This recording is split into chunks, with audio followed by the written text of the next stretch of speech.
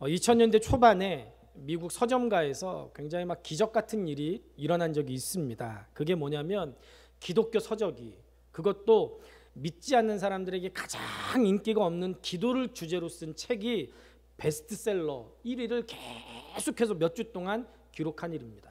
그 책이 뭐냐? 우리도 너무나 잘 알고 있는 야베스의 기도라는 굉장히 짧은 책입니다. 이 야베스의 기도라는 책의 내용은 성경의 두 구절, 역대상 4장 9절과 10절을 해석한 그런 내용입니다.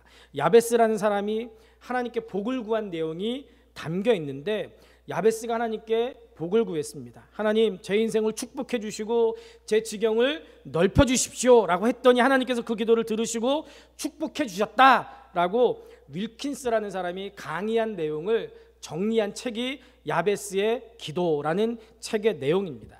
이 저자인 윌킨스는 이 약속이 지금도 동일하게 적용되고 있고 우리도 이렇게 복을 구하는 기도를 해야 된다라고 가르칩니다. 그러면서 자신이 30년 동안 하나님 앞에 그렇게 기도해 왔더니 그 결과 수많은 기도 응답이 이루어져서 자기 인생에 달라진 모습들, 그것들을 간증하는 책이 야베스의 기도입니다. 그런데 우리는 야베스의 기도하면 하나님께 복을 구하면서 하나님 내게 축복해 주시고 내 지경을 넓혀 주세요, 이것만 알고 있는데, 실제로 이 야베스의 기도라는 책에서 윌킨스는요, 우리가 야베스처럼 복을 구하는 기도도 해야 되지만 그 기도는 그냥 복을 구하는 게 아니라 육신의 건강, 형통, 물질회복, 이걸 구하는 게 아니라 하나님 나라의 확장을 위해서 기도해야 된다라는 것을 굉장히 강조하고 있습니다. 그러니까 우리가 흔히 생각하는 복, 그것도 우리가 물론 구해야 되지만 더 중요한 것은 그 복을 왜 구해야 되느냐, 그 복을 우리가 왜 받아야 되느냐, 하나님 나라를 위해서 우리가 그 복을 받아야 된다라는 것이 이 야베스의 기도라는 책의 내용입니다. 여러분, 그리스도인이 복을 구하지 않는 것도 문제지만 무조건 복 주시옵소서라고 복을 구하는 기도도 문제입니다. 문제입니다 하니까 여러분들 이상하게 듣지 마십시오. 복을 구하는 기도의 목적은 하나님 나라의 확장을 위해서인 줄로 믿습니다. 한국에서도 이 책이 번역돼 가지고 굉장히 인기를 끌었습니다. 그 전까지만 해도 야베스가 성경에 있는지도 몰랐던 사람들이 지금은 예수 믿는 사람 중에 야베스를 모르는 사람은 없을 정도로 이 책이 굉장히 인기를 끌었습니다. 그 야베스의 기도라는 찬양도 나오고 한때 야베스의 기도라는 제목으로 수많은 목사님들이 설교하기도 했었습니다. 어쨌든 이 책으로 인해서 기도에 대한 관심이 살아난 것은 굉장히 반가운 일이었습니다. 왜냐? 기도야말로 그리스도인에게 있어서는 정말 중요한 생명줄이기 때문에 그렇습니다. 여러분들이 신앙생활의 모든 것을 다 잘한다고 해도 정말 진정으로 하나님 앞에 기도하지 않는다면 하나님과의 생명줄이 끊어져 있는 것과 다름이 없습니다. 여러분의 영은 기도하지 않는다면 그저 지금 잠자고 있는 거예요. 그러나 기도에 대한 관심 못지않게 중요한 것이 있는데, 그것은 기도하는 것, 그것이 중요한 것보다 그 기도의 내용이 더 중요한 줄로 믿습니다. 무엇을 위해 기도하느냐, 그것이 기도에 대한 관심보다 더 중요합니다. 왜요? 기도는 기독교에만 있는 게 아닙니다. 불교에도 기도가 있어요. 이슬람교에도 기도가 있고 이 세상의 모든 종교에는 기도가 있고요. 종교를 갖지 않는 사람들도 미신적인 마음으로 누군가에게 기도를 합니다. 어제 저녁에 설교 준비를 다 마치고 11시 한 20분쯤에 집에 들어가서 전지적 참견 시점이라는 TV를 틀었더니 요즘 인기 있는 송가인이라는 트로트 가수가 거기 나와가지고 얘기를 하는데 트로트 신인상을 받았대요. 그 신인상을 받기 전에 이영자 씨가 물어보더라고요. 만약에 수상소감을 하면 뭐라고 얘기할까 그랬더니 그 사람이 그러더라고요. 많은 사람들이 하나님께 감사합니다라고 얘기하는데 자기는 하나님께 감사하지 않고 우리 조상님들께 감사하고 우리 부모님 감사합니다, 사랑합니다 이렇게 얘기하겠다고 하는 거예요. 왜요? 그 사람은 조상을 믿는 사람이거든요. 그러니까 우리는 하나님을 믿으니까 하나님께 감사합니다 하는데 그 사람은 조상에게 감사하고 기도하겠다는 거예요. 세상 모든 사람들은, 나 종교 없어 하는 사람들도 위급한 상황이 닥치면 누군가에게 간절한 마음으로 구하는, 그런 기도하는 그런 모든 것들이 다 있습니다. 그래서 기도에 있어서 중요한 것은 기도의 대상, 누구에게 기도하느냐라는 것이고 그 기도의 내용, 무엇을 기도하느냐, 그것이 정말 중요합니다. 여러분들은 무엇을 위해 기도하십니까? 최근에 여러분들의 기도 제목을 점검해 본 적이 있습니까? 여러분들 지난 1년간 여러분들의 기도 리스트를 한번 적어서 점검해 보세요. 내가 1년 동안 과연 무슨 기도 제목으로 기도해 왔던가? 왜요? 기도하는 것도 중요하지만 무엇을 위해서 기도했느냐? 이건 더 중요하기 때문에 그렇습니다. 우리가 시편 119편 말씀을 이제 어제부터 새벽에 금요일부터 새벽에 나누기 시작했는데요. 하나님의 말씀과 그 율법은 모든 삶의 영역에서 결정적인 요소라는 것을 노래하는 것이 시편 119편의 말씀입니다. 특별히 시인은 지금 박해와 억압으로 고통당하는 가운데서도 하나님의 말씀과 율법이 자기 삶에 큰 힘과 위로가 되고 있다는 것을 노래합니다. 이 시편 중에서 오늘 우리가 읽은 33절 이하를 보면 주의 율례들의 도를 내게 가르치소서, 나로 하여금 깨닫게 하소서, 주의 계명들의 길로 행하게 하소서라는 기도가 나옵니다. 이 기도의 순서를 한번 보세요. 이 기도의 순서는요, 우리가 성경을 공부하는 순서입니다. 먼저 성경 본문의 역사적인 배경, 그 문학적인 형태, 그것을 기록한 동기 등을 공부하는 단계가 뭐예요? 주의 율례들의 도를 내게 가르치소서 하는 단계죠. 그리고 그 다음에 그 본문이 말하고자 하는 메시지 혹은 신학, 그것이 나타내고자 하는 하나님의 뜻이 무엇인가를 깨닫는 단계가 있어요. 하나님의 말씀을 들을 때, 선포된 말씀을 들을 때 그 말씀을 성령 하나님께서 깨닫게 하시는 그 단계가 있습니다. 그런 다음에 그 깨달은 말씀이 오늘 내게 무엇을 행하라고, 어떻게 살라고 하시는지 듣고 그들의 행동으로 옮기는, 실천하는 단계, 적용하는 단계가 주의 계명들의 길로 행하게 하소서라는 이 단계입니다. 33절, 34절, 35절에 나온 이 세 가지 동사, 가르치다, 깨닫다, 행하다 라는 단어는요, 히브리어에서 히필 동사라고 하는데요, 한국 문법으로 굳이 바꾼다면 가장 가까운 것이 사역 동사가 될 겁니다. 이 말은 무슨 말이냐면, 내가 가르치고 내가 깨닫고 내가 스스로 행하는 게 아니라 누군가에게 요청하는 거예요. 그 원인이 내게 있는 것이 아니라 다른 누군가에게 있는 거예요. 내가 할 수 있는 일이 아니라는 거예요. 그렇기 때문에 나를 좀 도와주세요라고 요청하는 거예요. 내가 가르침을 받고 내가 깨달음을 누리고 내가 그 깨달은 말씀대로 행하는 것은 내 능력이 아니고 하나님께서 나를 가르치시고 나를 깨닫게 하시고 내가 하나님의 말씀대로 살게 하시기 때문에 그렇게 한다는 거예요. 그래서 하나님 앞에 요청하는 거예요. 왜 그렇습니까? 이 가르침과 깨달음과 행함은 내 힘으로 내 노력으로 할 수 있는 일이 아니기 때문에 그렇습니다. 하나님만이 하실 수 있는 일이기 때문에 하나님께 지금 시편 기자가 요청하고 있는 거예요. 33절에 가르치다라는 동사는요, 원래 활을 쏘는 궁도에서 유래된 그런 동사입니다. 활 쏘기를 가르칠 때 화살을 목표에 정확하게 쏘는 거, 이걸 가르치는 거예요. 그저 무조건 활을 허공으로 쏘는 거, 그거 가르치는 게 아니라 관역에다 맞추는 걸 가리키는 것처럼 화살을 다른 데 쏘면 안 되고 목표들의 가운데 정확하게 맞춘다는 그 단어가 바로 가르치다라는 단어의 원래 의미입니다. 다시 말하면 가르친다는 것은 누군가에게 어떤 사실을 정확하게 심어줘서 빗나가지 않게 하는 거, 이게 가르치는 거예요. 하나님께서 우리에게 말씀을 주시는 이유는 그 말씀을 듣고 그냥 머리만 커져가지고 아는 것만 많아져, 이게 아니고 하나님께서 어떻게 하라고요? 가르침을 받은 대로 깨닫고 깨달은 대로 살라고 하나님께서 우리에게 그렇게 가르치신다는 거예요. 이게 바로 성경의 가르침입니다. 내가 정말 올바르게 가르쳤다면 그 사람이 빗나가지 않고 어떤 사실을 정확하게 행하는 거, 그게 가르치는 거예요. 마태복음 28장에도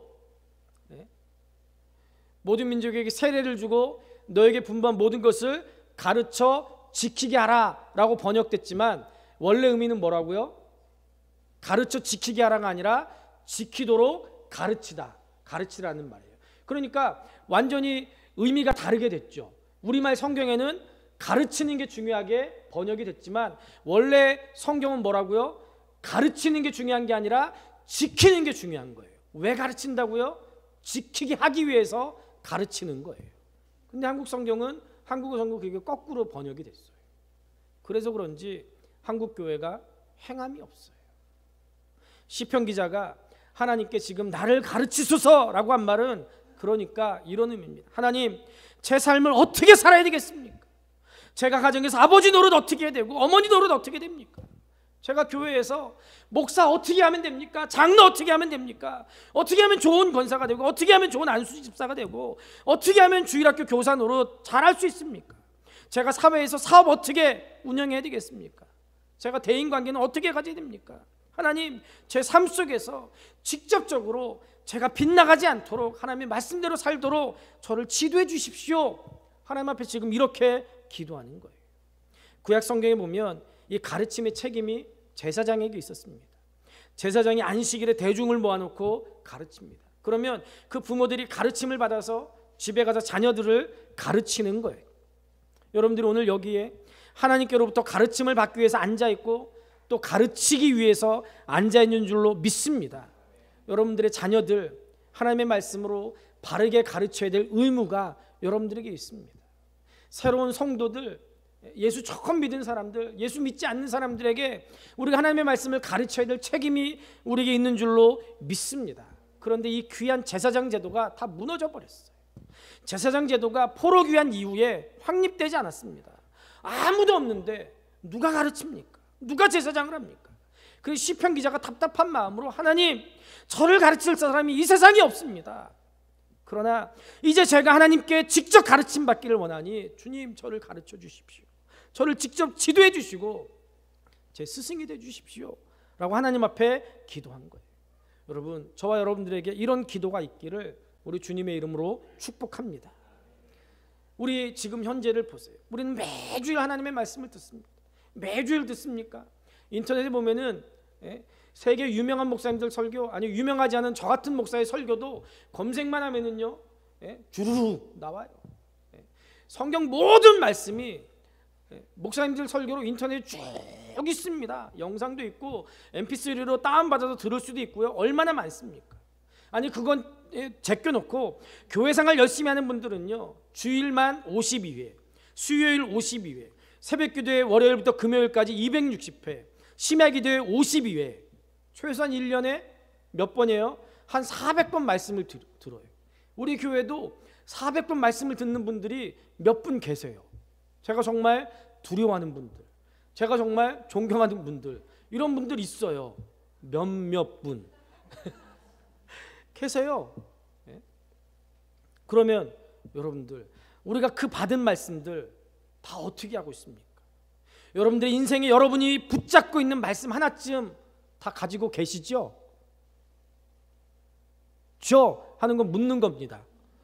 다 가지고 계시죠? 여러분, 웃지만 마시고. 우리는 살아가면서 얼마나 많은 이야기를 듣고 살아갑니까? 말씀 들으면서, 책을 읽으면서, 묵상하면서 우리를 깨우치는 깨우침의 진리가 얼마나 많습니까? 그런데 과연 나는 그 말씀을 붙잡고 살아가고 있는가? 지난 일주일 동안, 지난주 설교 제목이 뭔지 기억나세요? 그래야 제가 3년 후에 또 하는 거예요. 제목만 바꿔서. 지난주 말씀 제목이 뭐예요? 보이지 않는 곳에서도 거룩하라. 그러면 이 말씀 들었으면 일주일 동안 내가 정말 보이지 않는 곳에서 거룩하기 위해서, 특별히 이번 추석 때 믿지 않는 가족들과 만나서 내가 믿지 않는 가족들 틈에서 예수 믿는 사람답게, 구별된 사람답게 살기 위해서 얼마나 몸부림쳤냐는 거예요. 미국의 36대 대통령이었던 린드 존스라는 분이요, 몸무게가 95kg이 넘어갔대요. 점점 뚱뚱해지니까 이 대통령이 체중 감량을 위해서 몇 번씩이나 노력했는데 실패했습니다. 그러다가 그 아내가 남편한테 한마디 툭 던졌대요. 만약에 당신 자신을 조절할 수 없다면 국가도 경영할 수 없을 겁니다. 그 말 한마디를 듣고서는요 다이어트에 성공했대요. 인생을 성공적으로 산 사람들의 특징을 보면은 자기에게 다가오는 수많은 말들 중에 깨우침을 받고 그 말을 붙잡고 살아가는 사람들 인생에 성공하더라고요. 미국의 트루먼 대통령이요, 은퇴 이후에 고향 미주리주에 기념관을 짓고 자주 어린아이들과 어울렸습니다. 한 번은 도서관을 찾아온 어린이가 대통령께서는 제 나이 때 어떤 학생이었습니까? 학교에서 공부 잘하고 반장도 하셨죠? 라고 질문을 받았어요. 그때 대통령이 야, 그때 나는 네 나이 때 정말 볼품없는 아이였어. 친구들 소리 지르면 겁나서 몸을 바들바들 떨고 운동도 못했고 안경 벗으면 책을 읽지 못할 정도로 시력이 나빴고 그래서 공부도 못했어. 그렇게 말했어요. 그랬더니 소년이 그런데 어떻게 대통령이 됐어요? 이렇게 물어봤어요. 그때 트루먼 대통령이 이렇게 대답했답니다. 나는 매사에 자신이 없었단다. 그래서 항상 모든 걸 쉽게 포기했었어. 그런데 매일 성경을 읽으면서 나는 하나님이 내 등 뒤에서 나를 밀어주시는 것을 알게 됐고, 성경을 읽다가 성경 한 구절이 내게 용기를 항상 줬단다. 그 말씀은 빌립보서 4장 13절, 내게 능력 주신 자 안에서 내가 모든 것을 할 수 있느니라 그 얘기했다는 거예요. 그 말씀이 안경만 벗으면 글도 잘 못 읽을 정도로 눈이 나빴고 공부도 못했고 겁쟁이라서 쫄보라서 친구들이 툭 건드리기만 해도 벌벌벌 떨었던 이 소년을 2차 대전이 끝나고 한국전쟁 2차 대전으로 번져갈 수 있는 그 한국전쟁을 수행하게 했고요. 그리고 대통령직을 무사히 마칠 수 있게 만든 원동력이 됐다는 거예요. 저는 개인적으로 제 자신을 완전히 변화시킨 말씀이 있습니다. 모태신앙이었지만 믿음이 없어서 괴로울 때, 육신의 약한 때문에 정말 죽고 싶었을 때 수련회에서 은혜 받고 예수님을 인격적으로 영접한 다음에 배낭을 메고 기도원에 들어가서 성경을 읽다가 로마서 8장을 읽으면서 하나님이 나를 얼마나 사랑하시는지, 나는 계속 그 사랑에서 튕겨져 나가려고 애를 썼는데도 하나님께서 나를 꽉 잡고 계셨고, 그 사랑 때문에 내가 지금 살아있구나라는 걸 깨닫고 그 은혜에 너무 감사해가지고요, 일주일 내내 로마서 8장만 보면서 눈물을 흘렸던 기억이 나요. 지금도 하나님께 나를 붙들고 계시고 하나님의 사랑에서 그 무엇도 나를 끊을 수 없다는 것을 나는 믿습니다. 믿기 때문에 내가 세상 앞에서, 사람들 앞에서 당당할 수 있는 거예요. 지금도 저는 힘들고 낙심할 때마다 시편 42편 5절, 내 영혼아 네가 어찌하여 낙심하며 어찌하여 내 속에서 불안해하는가. 너는 하나님께 소망을 두라. 그가 나타나 도우심으로 말미암아 내가 여전히 찬송하리로다. 이 말씀을 통해서 다시 일어날 힘을 주십니다. 이사야서 43장 말씀, 너는 두려워하지 말라. 내가 너를 구속하였고 내가 너를 지명하여 불렀나니 너는 내 것이라는 말씀을 통해서 당당해요. 내가 하나님의 것인데, 내가 하나님의 사람인데, 내가 정말 존귀한 사람인데 누가 감히 나한테 뭐라고 하겠습니까? 목회를 시작하면서 하나님이 제게 주신 말씀은요, 에스겔서 37장 말씀, 마른 뼈들이 하나님의 말씀을 받아서 태어난 에스겔 선지자를 통해서 살아나는 말씀을 주셨어요. 하나님께서 마른 뼈들에게 직접 말씀하신 게 아니라 에스겔 선지자에게 태어나게 하신 거예요. 그렇구나, 하나님이 내게 하나님의 말씀을 태어나도록 하나님의 말씀을 내 입에 두셨구나, 복음만이 사람을 살리는구나, 내가 이 귀하고 복된 일에 하나님께 부르심 받았구나. 게을러질 때마다 오병이의 기적을 묵상하면서 주님께서 제자들에게 너희가 먹을 것을 주라, 아무것도 없는 제자들에게 너희가 먹을 것을 주라, 이 말씀이 주님이 제게 하시는 말씀 같아요. 최 목사야, 내가 너에게 맡겨준 영혼에게 내가 너에게 준 그 말씀, 그 은혜를 성도들하고 나눠라. 그러면 내가 배불리 먹고도 12강주가 남는 은혜를 너에게 주마. 하나님께 그렇게 말씀하셨어요. 저는 이 말씀을 하나님의 음성으로 받고 목회를 시작할 때부터 지금까지 어디를 가든지 다른 재주 부르지 않고요, 하나님의 말씀으로 승부하고 말씀으로 섬기겠다고 결심했습니다. 저는 어렸을 때 청년부를 섬기고 그럴 때요, 부흥회를 하거나 그럴 때도요, 외부 강사 부른 적 한 번도 없어요. 수련회를 가도요, 외부 강사 한 번도 안 불렀어요. 왜요? 내 새끼들인데 내가 말씀을 먹여야죠. 하나님이 저한테 그렇게 말씀하셨으니까. 그래서 잘하나 못하나 제가 설교하고 그러려고 했어요. 강단에 서기 전에 두렵고 떨리는 마음이 없어진다면 저는 그때 미련 없이 은퇴하겠다라고 아내한테 수없이 얘기하고 있고요, 지금도 그렇게 다짐하고 있습니다. 왜냐하면 하나님이 제게 주신 사명은 복음을 전하는 사명이기 때문에 그래요. 여러분, 하나님을 믿고 예수 그리스도를 구주로 믿는 사람의 가장 큰 복은 다른 게 아니라 하나님의 말씀에 붙잡혀 사는 일인 줄로 믿습니다. 하나님의 말씀이 내 안에 살아 꿈틀거리고 하나님의 말씀이 내 삶에 가장 큰 영향력을 끼치며 살아간다면 이미 우리는 복된 삶을 살아가고 있는 줄로 믿습니다. 오늘 시편 119편 33절에 40절에 가르치소서, 깨닫게 하소서, 행하게 하소서를 통해 살아난 역사가 요나서에 기록되어 있어요. 요나가 하나님의 말씀을 듣지 않고 다시스로 도망가다가 배에서 풍랑을 만나서 고래배 속에 들어갔다가 이 고래배 속에서 회개하고 나서 요나가 해변가에 토해내쳐진 다음에 하나님께 두 번째로 요나에게 찾아와서 일어나 큰 성읍 니느웨로 가라라고 명령을 내리셨습니다. 그런데 요나는 자기 원수 나라 니느웨에 가서 복음을 증거하는 거 너무 싫었습니다. 요즘으로 따지면 니느웨는 우리한테 도쿄 같은 그런 나라였어요. 아수르의 수도였거든요. 그러니까 너무너무 니느웨에 가서 복음을 전하는 거 싫었습니다. 그런데 한번 큰 어려움을 겪어본 경험이 있기 때문에 쉽게 거절하지 못하고 사흘 동안 걸어다녀야 된 니느웨 성에 들어가서 복음을 외칩니다. 40일이 지나면 니느웨가 무너지리라. 그런데 여러분들 생각해 보세요. 요나가 어떻게 말씀을 전했겠습니까? 목숨을 바쳐가지고 여러분 40일이 지나면 니느웨가 무너집니다. 빨리 준비하시고 지금이라도 회개하십시오. 열정을 다해서 헌신을 다해서 그렇게 전했겠습니까? 그러지 않았을까? 아마 사람들 별로 없는 데만 골라다니면서 누가 들을까 봐 40일이 지나면 니느웨가 멸망한대. 이상 끝. 또 딴 데 가서 야 니느웨가 40일 지나면 멸망할지도 몰라. 끝. 이러고 다녔을 거예요. 이 니느웨 성이 사흘 동안 걸어다녀야 될 만큼 큰 도시인데 오늘 우리가 읽은 요나서 3장에 보니까 성읍에 들어가서 하루 동안 다니며 라고 기록하고 있어요. 지금 40일밖에 시간이 남지 않았으니까 정상적이라면 온 동네에 다니면서 선포해도 사흘이 걸리는데 시간이 없는데 천천히 그냥 하루만 선포하고 다닌 거예요. 흉내만 낸 거예요. 거기에 무슨 열정이 있었겠습니까? 거기에 무슨 간절함이 있었겠습니까? 그런 얘기 누가 귀담아 듣기나 했겠습니까?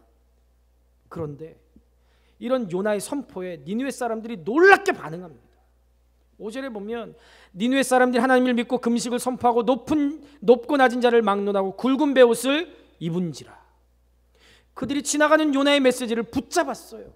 그들이 가르쳐주신 말씀을 놓치지 않았고 그 말씀을 받고 하나님을 믿고 금식을 선포하고 굵은 베옷을 입고 하나님 앞에 부르짖습니다. 그 결과 10절에 보면 하나님이 그들의 행한 것 곧 그 악한 길에서 돌이켜 떠난 것을 보시고 하나님이 뜻을 돌이키사 그들에게 내리리라고 말씀하신 재앙을 내리지 아니하시니라. 하나님이 뜻을 돌이켰다는 거예요. 하나님께서 니느웨 성을 심판하려고 하시다가 요나가 선포한 말씀을 메시지를 듣고 회개한 그 니느웨 성을 심판하지 않겠다라고 했습니다. 여러분 이게 얼마나 복된 소식입니까? 이게 얼마나 복받은 도시입니까? 소돔과 고모라 성은 의인 10명이 없어서 멸망했는데 이 니느웨 성은 불성실한 날라리 같은 선지자 요나의 선포의 그 말씀을 듣고 회개해서 멸망당해야 될 도시가 멸망당하지 않은 거예요. 여러분 이게 진정한 복인 줄로 믿습니다. 그럼 여러분들 어떻게 니느웨 성이 복된 도시가 되고 심판을 피할 수 있었습니까? 그것은 우리가 시편 119편 33절에서 40절까지 본 말씀 그 순서에 그대로 따랐어요. 요나를 통해 가르쳐주신 하나님의 말씀을 붙잡았습니다. 요나는요 정말 불성실한 선지자였어요. 날라리 선지자였습니다. 하나님과 어쩔 수 없이 말씀을 선포했지만 이 불성실하고 내용도 없어 보이는 메시지에서 니느웨 사람들은 복음을 발견한 거예요. 제가 목회를 해보면 교회에서 똑같은 말씀을 매주 똑같이 듣고 똑같이 제자 훈련을 하는데 어떤 사람은 신앙이 일취월장 자라나는 반면에 어떤 사람은 전혀 신앙이 자라지 않는 사람이 있어요. 10년, 20년 동안 교회 나와서 예배를 드려도 신앙이 자라지 않아요. 그런데도 예배는 꼬박꼬박 나오는 걸 보면 그거 진짜 기적입니다.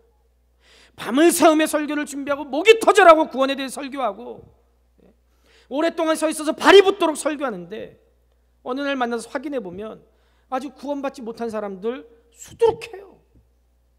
전혀 하나님과 상관없이 살아갑니다. 오늘 죽는다면 천국 갈 자신 있습니까? 구원 받았습니까? 물어보면 자신 없어요. 그런데 신기한 건 교회는 안 빠지고 잘 나와요. 교회 나와서 비록 졸더라도 교회는 나와요. 내가 그런 걸 보면서 저 사람은 정말 예수 믿는 건가? 아니면 습관적으로 제사의식에 참여하듯이 그렇게 제사의식에 참여하는 것처럼 와서 그냥 앉아있으면서 시간 때우고 그렇게 하면 내가 예수 믿는다고 그렇게 착각하고 있는 건가? 안타까울 때가 많아요. 무슨 차이가 있습니까? 똑같은 설교를 듣고 똑같은 가르침을 받아요. 그런데 그 결과가 완전히 달라요. 깨달음의 차이예요. 시편 기자는 이걸 발견한 거예요. 그래서 주님 앞에서 눈을 들어서 기도하기를, 하나님, 내가 내 마음을 어떻게 알 수 있겠습니까? 하나님이 저를 가르쳐 주시는 것도 중요하지만 제가 깨닫게 해주시옵소서, 저를 가르쳐 주시옵소서라고 기도하는 거예요. 아무리 능력의 말씀이라고 해도 내가 깨닫지 않으면 소용이 없다라고 예수님이 말씀하셨습니다. 불같은 말씀, 방망이 같은 말씀, 좌우에 나리선 예리한 검보다 더 날카로운 하나님의 말씀이지만 어떤 밭에서는 그 말씀이 뿌리도 내리지 못하고 죽어버린다라고 예수님께서 4가지 밭의 비유에서 설명하셨어요. 여러분, 이 무서운 사실을 깨달으시기를 바랍니다. 하나님의 말씀이 어떤 마음밭에 가서는 아무 역할도 하지 못해요. 길가와 돌밭, 가시밭에 가서는 열매 맺지 못하고 하나님의 말씀이 소멸돼 버린다라고 예수님이 가르치셨습니다. 우리의 깨달음이 이렇게 중요한 거예요. 구약 성경에 보면 하나님께서 선지자들을 통해서 계속 말씀하셨는데도 불구하고 안타깝게 이스라엘 백성들이 바벨론 포로로 잡혀갔어요. 왜요? 그들이 지은 죄 때문에, 잘못 때문에 잡혀갔다고 말씀하시는데, 포로로 잡혀가서 고생한 이스라엘 백성들, 자기들이 지은 죄 깨닫지 못하고, 왜 고통받는가 깨닫지 못하고 그냥 죽겠다 살려달라, 그것만 소리치고 있는 거예요.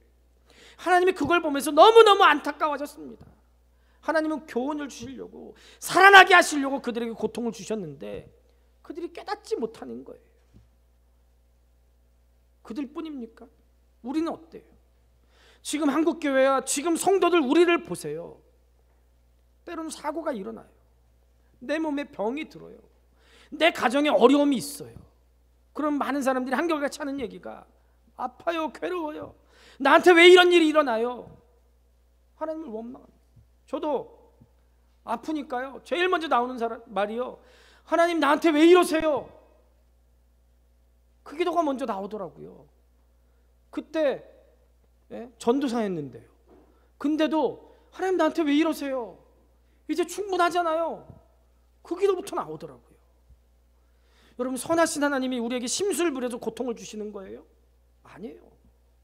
그 고난을 통해서도 하나님은 우리에게 축복하시는 분인 줄로 믿습니다. 모든 것이 합력하여 선을 이루는 거예요. 그런데 우리는 고통이 찾아올 때 깨닫지 못해요.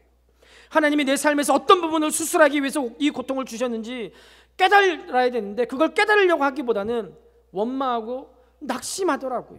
심지어 나중에 하나님을 향해서 손가락질하고 원망해요. 아니, 나중에 그렇게 하는 사람은 그래도 믿음 있는 사람이더라고요. 저같이 고통이 오자마자 하나님, 나한테 왜 이래요? 내가 뭘 잘못했어요? 처음부터 나는 그 말부터 나오더라고요. 시편 기자는 자기 인생을 돌아보고 자기가 이런 죄를 지었음을 솔직하게 고백하면서 하나님 앞에 기도합니다. 하나님, 내가 깨닫게 해주세요. 내게 가르침을 주기를 원합니다. 하나님, 나 깨닫게 해주세요. 여러분, 말씀을 붙잡아야 삽니다.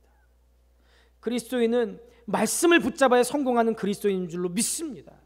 교회 와서 그 많은 시간 가운데 선포되어지는 말씀을 붙잡은 사람이 복받은 사람이에요. 두 번째, 니느웨 사람들은 말씀에 반응했어요. 가르쳐주신 말씀을 깨달았어요. 영원히 죽어있는 사람에게는 아무리 영혼의 호흡을 줘도 움직이지 못해요.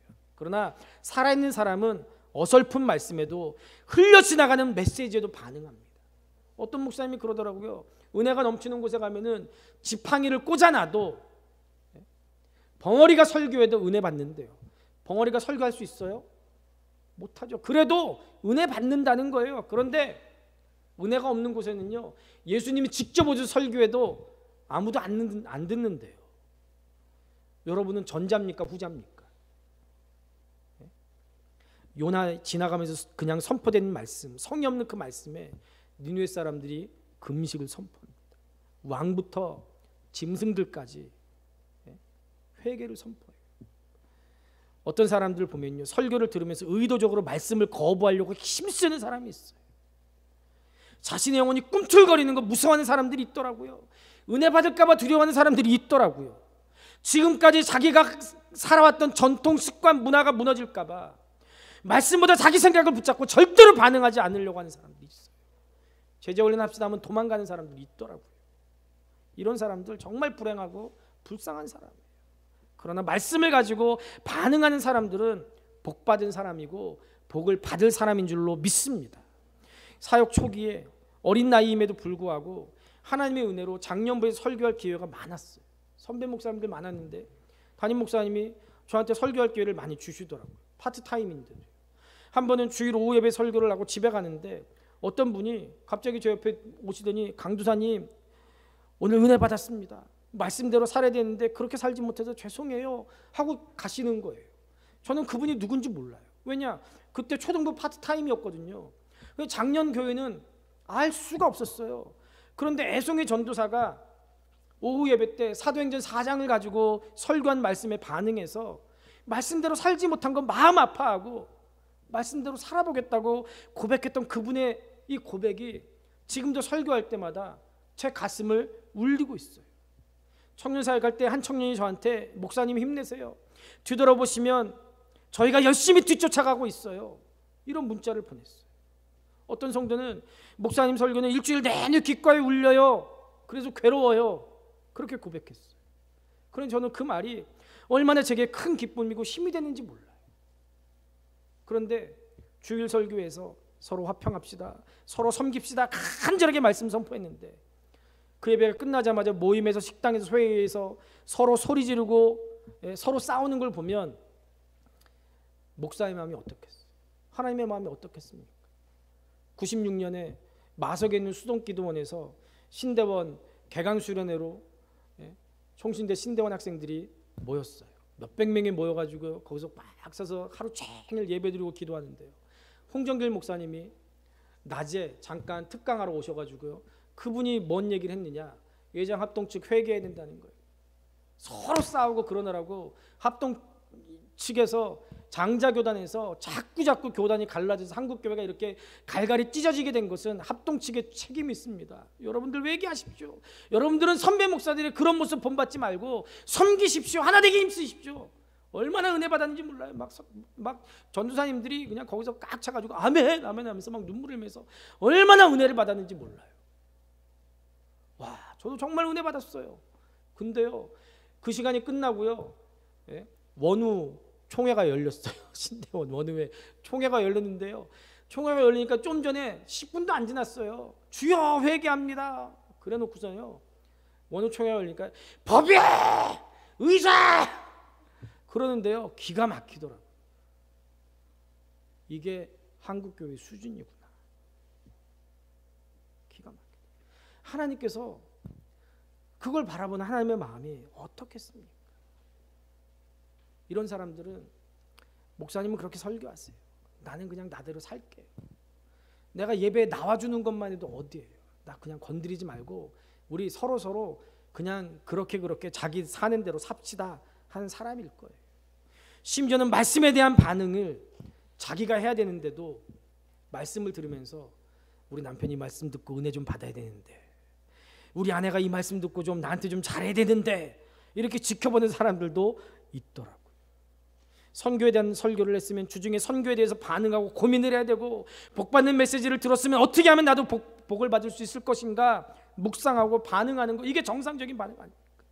이게 살아있는 성도고 이게 복받는 성도인 줄로 믿습니다. 마지막으로 니느웨성 사람들 말씀대로 살았어요. 말씀대로 행했어요. 8절을 보니까 사람이든지 짐승이든지 다 굵은 베옷을 입을 것이요 힘써 하나님께 부르짖을 것이며 각기 악한 길과 손으로 행한 강포에서 떠날 것이라 라고 말씀합니다.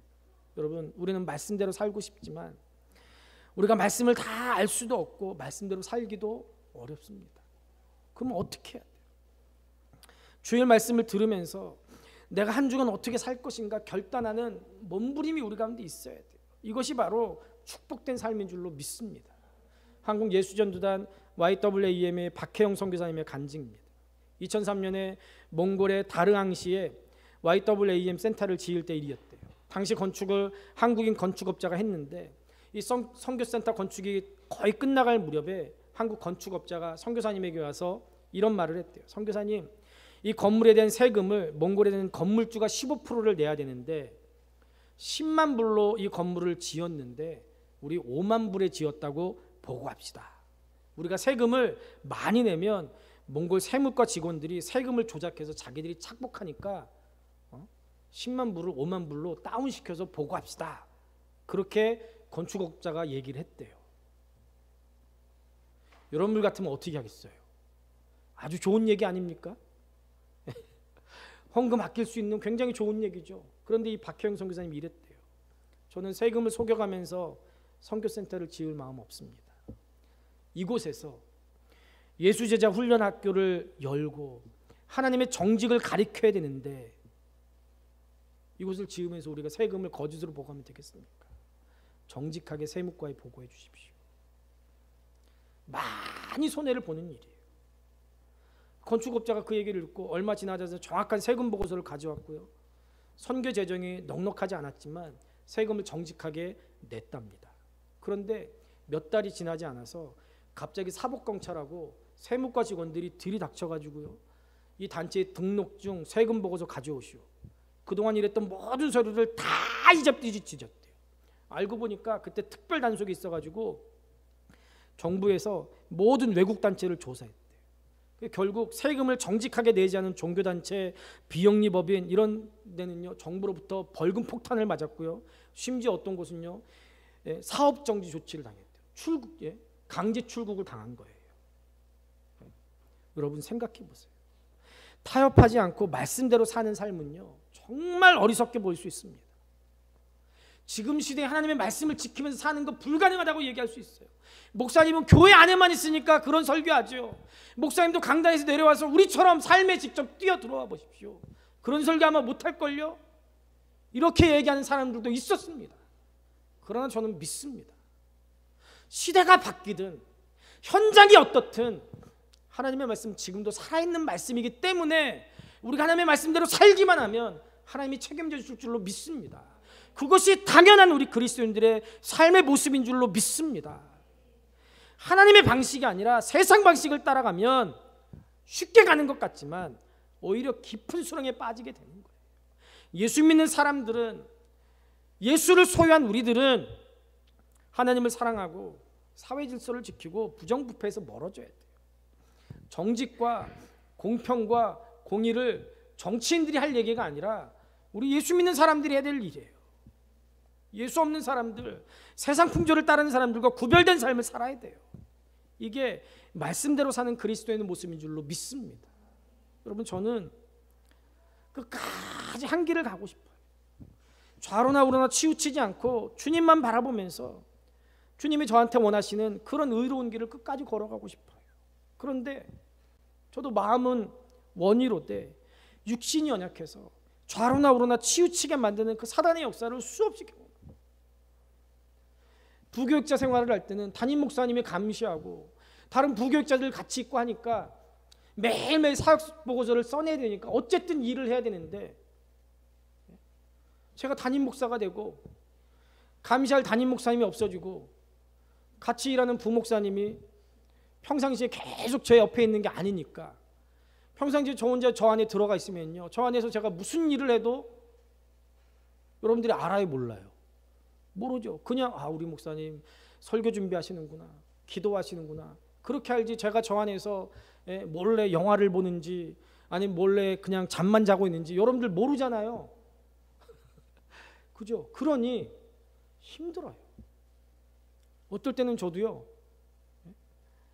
놀고 싶고요. 어떤 날은 솔직히 고백하면요 하루 종일 딴짓만 하는 날도 있어요. 너무너무 힘들더라고요.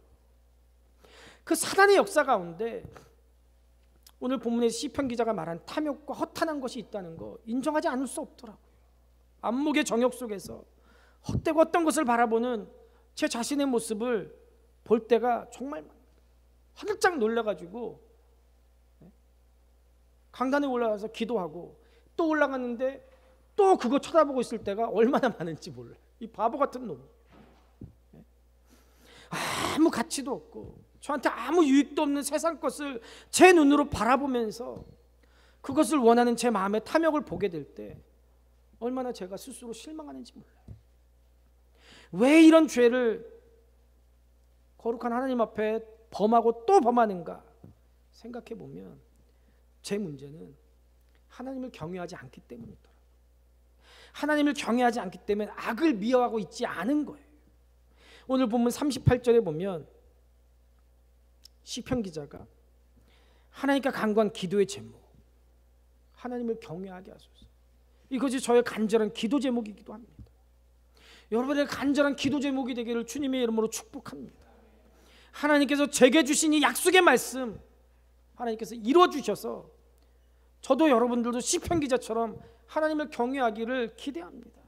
그리고 하나님을 경외함으로 끝까지 의로운 길을 걸어가면서, 주님 가신 그 길을 걸어가면서 좌로나 우로나 치우치게 하는 탐욕과 허탄한 것과 모든 죄악들로부터 참된 자유를 누리고 싶어요. 저는 지금도 기도할 때, 제가 하나님 앞에 갈 때 제 삶을 되돌아보면서 주님께서 함께 하셔서 걷게 하신 이 길, 자신 있게 당당하게 자랑할 수 있게 되기를 기도합니다. 사도 바울처럼 내가 선한 싸움을 싸우고 나의 달려갈 길을 마치고 믿음을 지켰으니라는 고백을 우리 아이들에게, 성도들에게 자신 있게 당당하게 할 수 있기를 기도합니다. 끝까지 하나님의 말씀을 지켜서 말씀대로 행해서 하나님께 영광 돌리기를 원합니다. 그러기 위해서 하나님의 말씀을 지키는 즐거움을 더 맛보기를 소원합니다. 하나님의 말씀이 하나님의 말씀으로 제 영혼이 소성되는 그런 경험, 지금도 계속해서 경험하기를 원합니다. 저는 저를 통해서 우리 성도들이 그런 삶을 살기를 원합니다. 그렇게 되기 위해서 기도의 내용이 중요합니다. 말씀 붙들고 배우고 깨닫고 깨달은 말씀대로 살아내는 복된 인생 되기를. 그래서 자녀들에게 삶으로 신앙을 가르치고 신앙을 물려주는 여러분들 될 수 있기를 우리 주님의 이름으로 축복합니다.